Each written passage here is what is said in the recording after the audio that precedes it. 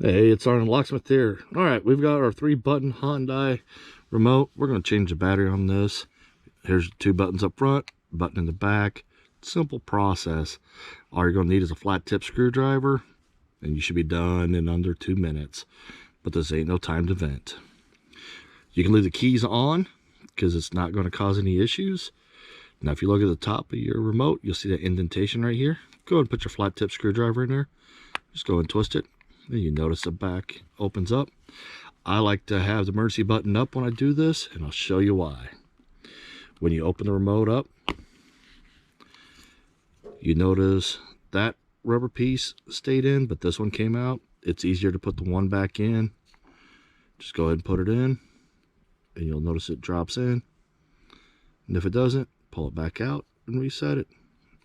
It's simple. This one here, you can see, wants to be a little temperamental, but there we go. It's in.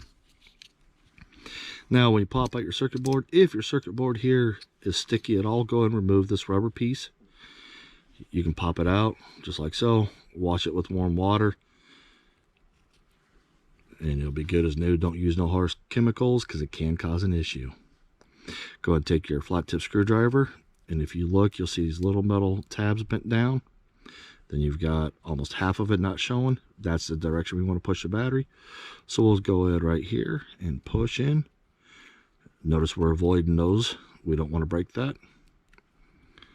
Got the battery out. It's a CR2032 battery. We're going to use the same battery again because these are the new remotes we're using. Positive side up, just slide it in. Battery's in.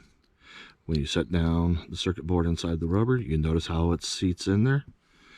Go ahead and take the back, fold it over, and gently squeeze.